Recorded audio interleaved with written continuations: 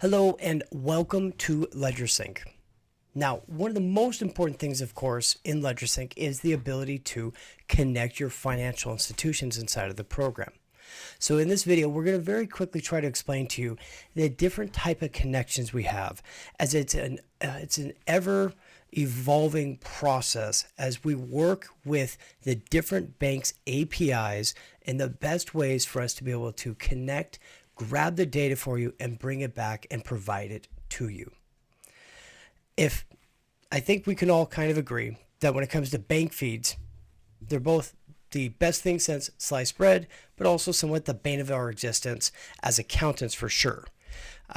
For our clients, we're always trying to ask them for this information. So Ledgersync has teamed up with MasterCard to be able to connect to over 10,000 financial institutions. So when you go into Ledgersync and you actually click to add a new bank connection, or if you've been invited into the program to add your bank connections, you're going to see this screen. We've done our best to try to make this, clarify this as much as possible, but we know it can still be a bit confusing. This very first top box, these are the connections that we do specifically through Finicity and MasterCard. Now, these are connections really where we primarily are able to grab all of our transactional data, and for the majority of the banks that we do the same way, also their statements. Now, I want to let you know, as more and more banks are adding on an API connection, sometimes those APIs, that's the digital handshake, instead of like screen scraping where we go through the front door and grab and scrape the stuff back, that API doesn't always provide a statement capability. In other words, for us to collect the statement. That is where our premium bank connections come into play. And then more specifically, for two of the biggest problem children in our entire industry, being Chase and Capital One. So if you are working with a Chase bank and you need to capture the transactions as well, what I recommend you do is you're going to go to our top box here and you're going to choose, it says statements, but with Finicity. And once you log in this way, it's going to go through and you'll go through the standard process. You'll select the bank that you want to go to. It's going to go through the username, password, and the one-time token, of course. And once we complete the whole process of collecting here the transactional information specific for Chase, we have coded in an additional pop-up that says, hey, we grabbed that information for you.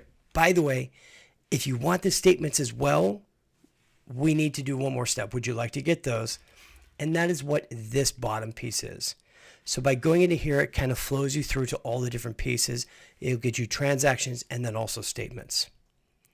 If you don't need the transactions, you can go straight to just the statements, which is this bottom piece.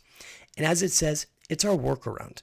We've basically custom coded the ability to go in, grab, scrape those statements back, and pull it back for you.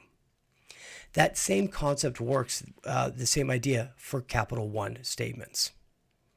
Now, our premium banks, the difference there, these are institutions traditionally that either are not supported by Finicity at all, so we're custom coding them, or they're institutions where we are actually able to go in and grab for you not only the statements, but we're able to grab the check images and deposit details as well.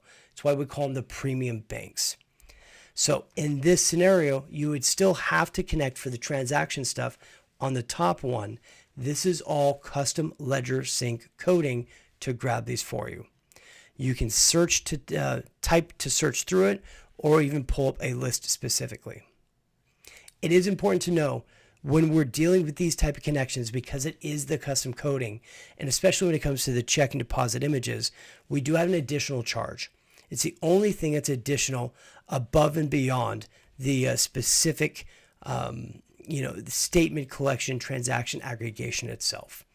If you got some more questions on that, please feel free to reach out.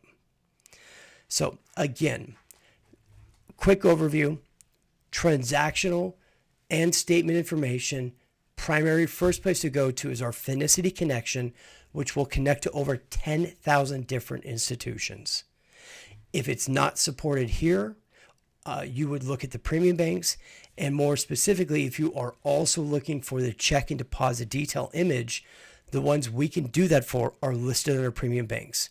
This list is always ever growing, and we're creating an area to where people can make requests for other institutions that they want those extra details for, so we know which ones to code for first.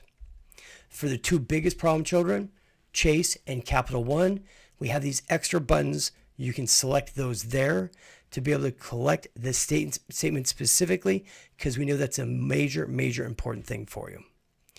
Of course, if you have additional questions, reach out to our team. That's what we're here for.